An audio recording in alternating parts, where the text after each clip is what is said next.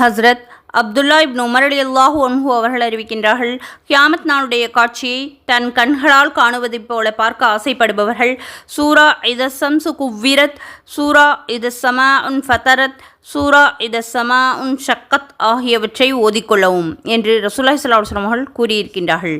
இந்த சூறாக்களில் கியாமத்துடைய விளக்கத்தை பற்றி கூறப்பட்டிருக்கின்றது. இன்னும் இத ஸுல்ஸிலத்தில் அர்லு என்ற சூரா குர்ஆனில் பாதிக்கு சமமாகும். குல் ஹுவல்லாஹு அஹத் என்ற சூரா குர்ஆனில் மூன்றில் ஒரு பகுதிக்கு சமமாகும்.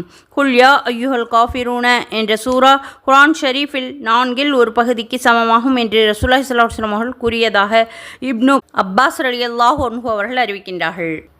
இதை போன்ற எளிமையான சூறாக்களை ஓதி அதிகமான நன்மைகளை பெற நமது சேனலை சப்ஸ்கிரைப் செய்து பெரிய பயான்களை கேட்டு பயனடையுங்கள்.